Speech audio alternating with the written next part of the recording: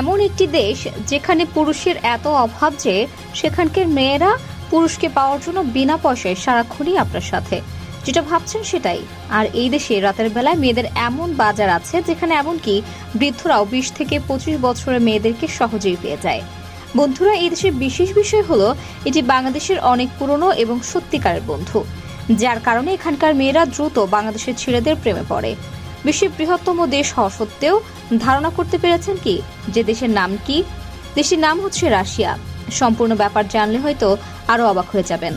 রাশিয়ার জনসংখ্যার মধ্যে পুরুষের তুলনায় মহিলাদের সংখ্যা অনেক বেশি। প্রতি 100 জন মহিলার মধ্যে 60 জন পুরুষ রয়েছে করে। এছাড়াও রাশিয়ায় সমগোত্রীয় সম্পর্কের জন্য জরিমানাও রয়েছে।